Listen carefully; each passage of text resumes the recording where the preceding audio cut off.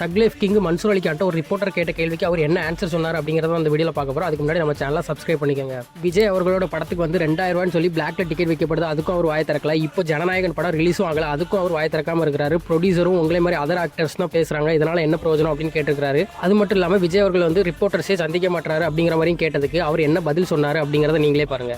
Mansoor sir அவர் 2000 ரூபாய் அவர் ரசிகர்களையும் ticket எடுத்து வதைக்கிறாரு. படம் ரிலீஸ் ஆகலன்னா ப்ரொடியூசர்ஸ் ஆகுறாங்க. அவர் பேச மாட்டேங்கிறாரு. நீங்க எல்லாம் பேசி என்ன ஆக போகுது சார்? அவர் நாளைக்கு அரசியல்வாதியை வந்து என் உடம்புல ரத்தம் ஓடுது இல்லையா? மீடியாவே மீட் பண்ண மாட்டேங்கிறாரு சார். நீங்க 2000 ரூபாய் வாங்கிக்கிட்டு அவரு சினிமா காட்டாருன்னு சொல்றீங்க. அதுக்கு பவர் இருக்குது. வாங்குறவன் வாங்குறான், கொடுக்கறவன் கொடுக்கறான். நீ அதே 9,000 ரூபாய் கொடுத்து ஒட்டு வாங்குறிய, ஒட்டு. அதுக்கு இங்க இருந்து கொடுக்கற அப்பா பாட்டன் காசு கொடுக்கற 5000 ரூபாய் கொடுக்குறிய ஒட்டுக்கு. கொப்பன் தாத்தா பாட்டன் காசு கொடுக்கற. இவன் உழைச்சு சம்பாதிக்கிறான், சம்பாதிச்சு போட்டோம்.